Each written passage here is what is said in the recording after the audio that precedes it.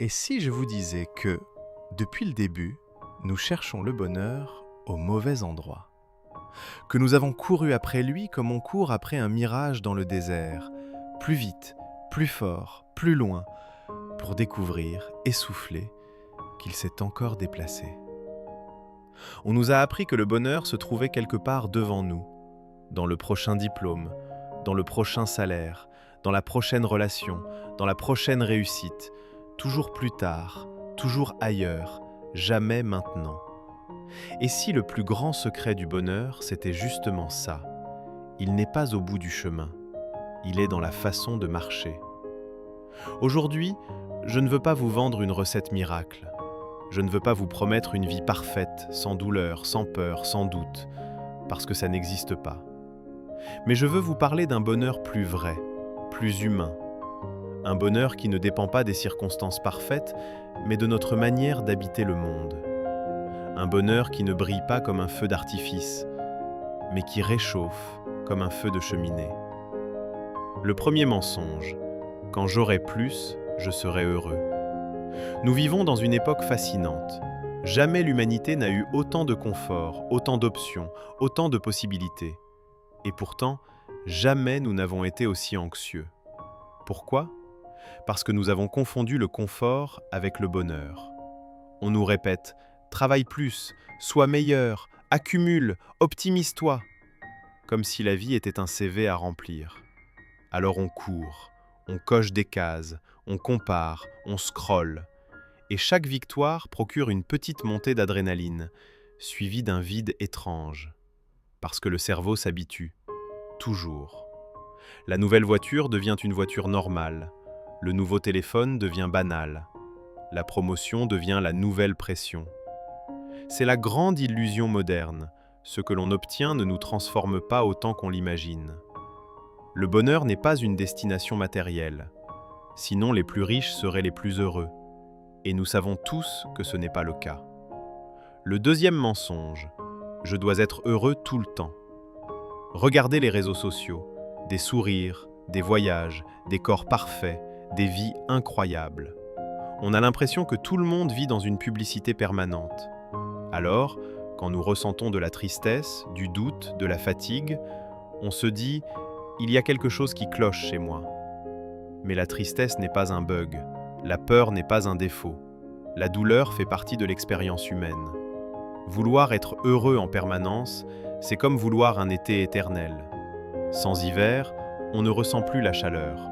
Sans nuit, on oublie la lumière. Le bonheur n'est pas l'absence d'émotions difficiles. C'est la capacité à toutes les traverser sans se perdre.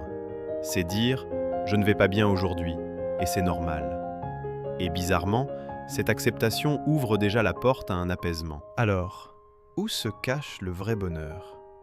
Si ce n'est ni dans l'accumulation, ni dans la perfection, où est-il ? Il est dans des endroits tellement simples que nous passons devant sans les voir. Il est dans la présence. Dans ces moments minuscules que nous négligeons parce qu'ils ne sont pas spectaculaires. Un café chaud entre les mains un matin froid. Un rire inattendu avec un ami.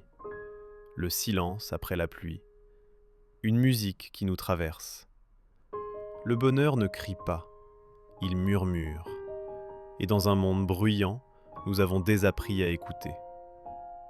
Le pouvoir de la présence. La plupart du temps, nous ne vivons pas. Nous ruminons le passé, ou nous anticipons le futur. Notre corps est ici, mais notre esprit est ailleurs. Or, le bonheur ne vit que dans un seul endroit, maintenant. Hier n'existe plus, demain n'existe pas encore. Il n'y a que ce souffle, cette seconde, ce battement de cœur. Apprendre à être présent, ce n'est pas devenir moine ou méditer 10 heures par jour. C'est simplement marcher et marcher vraiment. Écouter et écouter vraiment. Aimer et aimer vraiment. Faire moins, mais le faire pleinement. Les relations, le trésor oublié. Si vous deviez retenir une seule chose, ce serait celle-ci. Toutes les grandes études sur des décennies le montrent. La qualité de nos relations est le facteur numéro 1 du bonheur durable. Pas la réussite, Pas la célébrité, pas l'argent. Les liens. Se sentir compris. Pouvoir tomber le masque. Dire « ça ne va pas » sans peur d'être rejeté. Pourtant, que faisons-nous? Nous sacrifions nos relations pour travailler plus, pour gagner plus, pour réussir plus. Nous échangeons l'essentiel contre l'accessoire. Et un jour, on se réveille entouré d'objets, mais seul. Le bonheur n'est pas quelque chose que l'on possède, c'est quelque chose que l'on partage. Il grandit quand on le donne. Le courage d'être soi. Il existe un autre secret dont on parle peu. Le bonheur demande du courage. Le courage de dire non. Le courage de décevoir. Le courage de quitter un chemin qui a l'air bien pour un chemin qui sonne juste. Parce que vivre une vie qui ne nous ressemble pas est l'une des plus grandes sources de malheur. Combien de personnes réussissent et se sentent vides parce qu'elles ont poursuivi les rêves des autres, pas les leurs. Le bonheur apparaît quand nos actions sont alignées avec nos valeurs, quand on arrête de jouer un rôle, quand on cesse de demander « qu'est-ce qu'on attend de moi ?» et qu'on commence à demander « qu'est-ce qui compte vraiment pour moi ?» Le bonheur est une pratique, pas un accident. On croit parfois que le bonheur est une chance, que certaines personnes ont ça naturellement. Ce n'est pas vrai. Le bonheur est une discipline douce, une hygiène intérieure. Comme le sport pour le corps, il faut entraîner l'esprit, apprendre la gratitude, apprendre à ralentir, apprendre à pardonner, apprendre à lâcher prise. Ce sont des muscles. Et chaque jour est une répétition, pas spectaculaire, mais transformatrice.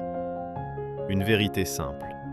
Peut-être que le bonheur n'est pas grandiose, peut-être qu'il est modeste, peut-être qu'il ressemble à une vie imparfaite, mais authentique.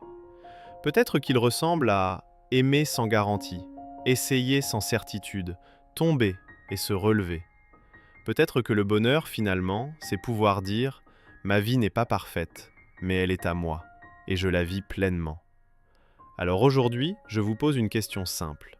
Et si vous arrêtiez de courir, juste un instant? Et si vous respiriez? Si vous regardiez autour de vous? Il est possible que le bonheur que vous cherchez depuis des années soit déjà là, dans cette pièce, dans ce moment, dans votre capacité à être vivant, ici et maintenant. Parce que le bonheur n'est pas quelque chose qu'on attrape, c'est quelque chose qu'on reconnaît. Et peut-être que le plus beau secret, c'est celui-ci. Le bonheur n'attend pas que votre vie devienne extraordinaire. Il attend simplement que vous soyez présent à l'ordinaire. Dis-moi en commentaire les moments où tu as été le plus heureux et abonne-toi à la chaîne pour plus de vidéos inspirantes.